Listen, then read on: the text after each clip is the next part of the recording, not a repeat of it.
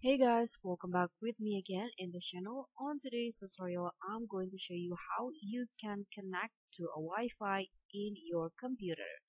So here I'm using a Windows 10 as my operating system, and if you want to connect to a Wi-Fi, you can follow the steps.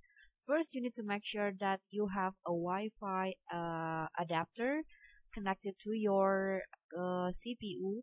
You can use a wireless one or maybe a wired one, and after that you can just here go to the Wi-Fi menu at your computer. You can click on this at the bottom, and here you can see this Wi-Fi on my computer is now currently off. So if you want to turn it on or connect it to a Wi-Fi connection, you can just click on this.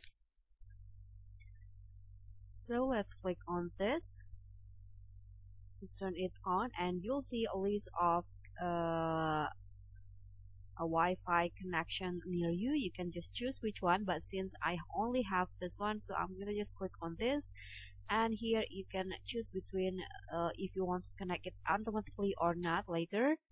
And after that you can click on connect. Since I've already connected before, so I don't need to insert a password again, but if you new to connect to the Wi-Fi connection, you need to insert the password.